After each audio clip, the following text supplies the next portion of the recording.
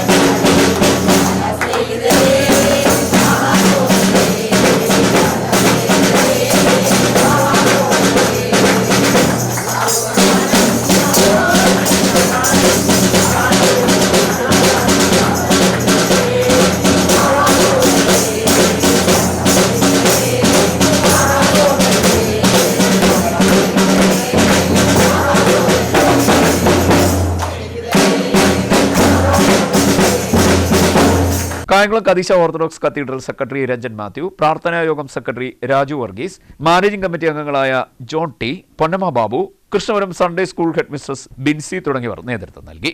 ഇടവകയുടെ കൃഷ്ണപുരം ഭാഗത്തുള്ള ഭവനങ്ങൾ സന്ദർശിച്ച് കരോൾ ഗാനങ്ങൾ ആലപിച്ചു. ക്രിസ്മസ് സന്ദേശം നൽകുകയും ചെയ്തു.